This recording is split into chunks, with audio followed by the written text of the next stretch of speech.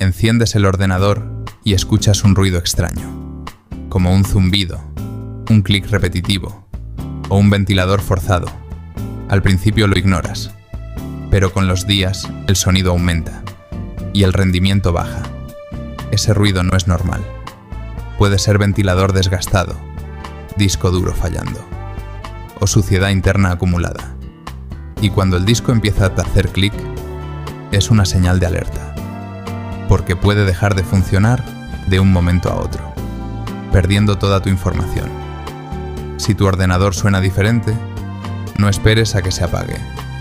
Una revisión a tiempo puede salvar tus datos y evitar una reparación mayor.